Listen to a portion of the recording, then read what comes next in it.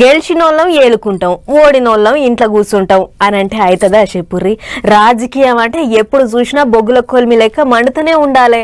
అట్లయితేనే మరి ఇక లీడర్ సాబ్లకు అంతో ఇంతో పతార పెరుగుతుంది.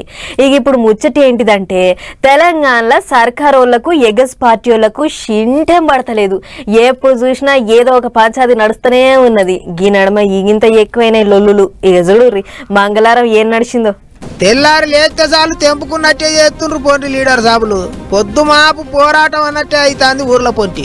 ఇక చూడరిగా వికారాబాద్ జిల్లా పరిగి దిక్కు కారు పార్టీ వాళ్ళు పంచాయతీ గట్టిగానే మోపు చేసిండ్రు. సర్కారు వాళ్ళు ఇండస్ట్రియల్ పార్క్ పెడతాం, తీరు కార్ఖానాలు పెట్టిస్తామని చెప్పి భూములు తీసుకుంటుండ్రట. అయితే దాంట్లో రెక్కాడితే గాని డొక్కాడని పేదోళ్ళ భూములే ఎక్కువగా ఉన్నాయట. భూములు తీసుకుంటే మేము ఎట్లా బతకాలే సార్లు అని చానొద్దుల సంది అక్కడ రైతులు లొల్లి చేస్తాండ్రు. అట్లా ఇక వాళ్ళకు తోడుగా కారు పార్టీ వాళ్ళు కూడా కదిలిండ్రు. మాజీ మంత్రులు హరీష్ రావు, ఎర్రబెల్లి, సబితక్క, తత్తిమ లీడర్లంతా బాట పట్టిండ్రు. కానీ పోలీసు వాళ్ళు ఎటోళ్ళనట ఆగబట్టి అరెస్టులు చేసుడుతోని లొల్లి పెద్దగానే అయ్యింది. సర్కారు వాళ్ళ మీద మస్తు గరమైనరు లీడర్లు. అది ముఖ్యమంత్రి గారి జిల్లా వికారాబాద్ జిల్లా, స్పీకర్ గారి జిల్లా. ముఖ్యమంత్రి స్పీకర్ గారు ఉంటే మీరు రక్షకులుగా ఉంటారా, భక్షకులుగా మారతారా? అన్ని ఉన్న అల్లు నోట్లో శని అన్నట్టు ముఖ్యమంత్రి గారున్నా స్పీకర్ ఉన్నా అక్కడే దళితుల భూములు, బీసీల భూములు, గిరిజనుల భూములు లాక్కునే ప్రయత్నం చేస్తున్నారు. అక్కడే లగచర్ల ఇన్సిడెంట్ చూసాం. ఇప్పుడు మళ్ళీ పరిగిలో మరొక దమనకాండ ఇవాళ జరుగుతూ ఉంది. పాపం మహిళలు, రైతులు గత నెల రోజుల నుంచి పోరాటం చేస్తున్నారు. మా భూములు ఇవ్వము అంటున్నారు.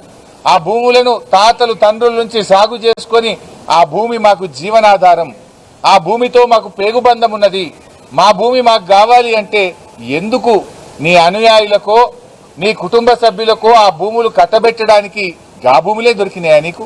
ఇక పంటలు పండే భూములలో కంపెనీలు పెడతామంటే ఎట్లా? వేరే జాగలో పెట్టుకోండి అని అంటుండ్రు రైతులు. సర్కారు వాళ్ళు మనసు మార్చుకోవాలి అని కోరుతుండ్రు. లేకపోతే లొల్లింగిత పెద్దగా చేస్తామా అంటుండ్రు.